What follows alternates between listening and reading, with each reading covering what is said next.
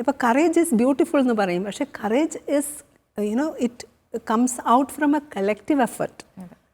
അത് പ്രത്യേകിച്ചും സ്ത്രീകൾക്ക്. അപ്പം ഇത് വലിയ ചോദ്യചിഹ്നങ്ങളാണ്. എങ്ങനെയാണ് ഒരു ഗവൺമെൻറ് തരം തിരിക്കുന്നത്?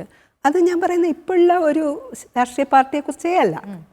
അത് യഥാർത്ഥത്തിൽ ഏത് പാർട്ടിയാണെങ്കിലും അതിപ്പോൾ നമുക്കറിയാം, ഒരു പാർട്ടി ചെയ്താൽ മറ്റേ പാർട്ടി ചെയ്താൽ അപ്പുറത്തെ പാർട്ടി, ഇങ്ങനെ പറഞ്ഞുകൊണ്ടിരിക്കുക എന്നുള്ളത് this is kind of blind folding the people. അത് വളരെ വളരെ വളരെ അൺഹെൽത്തിയാണ്. ഇപ്പോൾ ഒരു ഹേമ കമ്മിറ്റി റിപ്പോർട്ട് വന്നു, ഒരു കോൺക്ലേവ് നടത്തി. അപ്പോൾ ഒരു പോഷ് ആക്ട് പ്രകാരമുള്ള ഒരു സംവിധാനം ഈ ചലച്ചിത്ര അക്കാദമിയിലും ഇല്ല എന്നല്ലേ മനസ്സിലാക്കേണ്ടത്? അങ്ങനെ ആയിരിക്കാം. കാരണം എന്നോട് വൈസ് ചെയർപേഴ്സൺ സംസാരിക്കുമ്പോൾ നമുക്ക് IC കൂടാം എന്നൊക്കെ പറയുന്നത്, പക്ഷേ യഥാർത്ഥത്തിൽ ഇവർക്ക് ഇതിനെക്കുറിച്ചുള്ള ഇൻഫോംഡ് ആയിട്ടുള്ള കാര്യങ്ങൾ ഉണ്ടെങ്കിൽ തീർച്ചയായിട്ടും അവർ IC കൂടി, അല്ലെങ്കിൽ അവർ ആ രീതിയിലുള്ള ഒരു പ്രൊസീജിയറൽ ആയിട്ടുള്ള ഒരു കാര്യം എന്നോട് പറയുകയാണ് വേണ്ടത്. കാരണം ഞാൻ ICയിൽ കംപ്ലൈൻറ്റ് കൊടുത്തിട്ടില്ല. അതിൻ്റെ ഏറ്റവും പ്രധാനപ്പെട്ട കാര്യം, ഞാൻ എഴുതുമ്പോൾ അതൊരു പരാതിയായിട്ടല്ല എഴുതിയത്.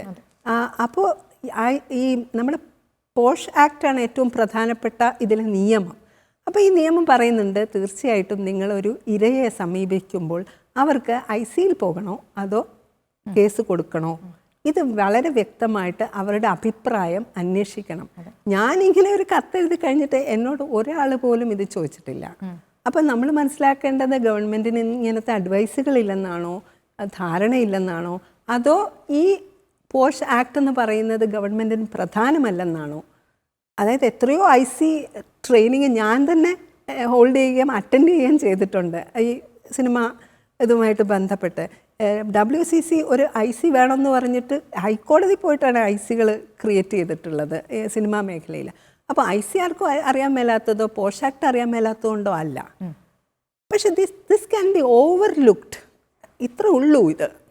അത് ഈ സംവിധാനത്തിൽ നിന്ന് മാറാതെ ഇത്രേ ഉള്ളൂ എന്ന് ഒട്ടും ആ രീതിയിൽ വിചാരിക്കാതെ ഉള്ള ഒരു പ്രവർത്തനത്തിന് മാത്രമേ യഥാർത്ഥത്തിൽ നമ്മുടെ ഈവൻ നിയമങ്ങൾ പോലും, പോഷ് ആക്ടാണ് ഏറ്റവും സ്ട്രോങ് ആക്ട്. പോഷ് ആക്ടിൽ പറയുന്നത് നിങ്ങളാണ് പ്രൂവ് ചെയ്യേണ്ടത്, അതായത് പ്രതിയാണ് പ്രൂവ് ചെയ്യേണ്ടത്. പക്ഷേ തിരിച്ചാണ് സംഭവിക്കാറ്.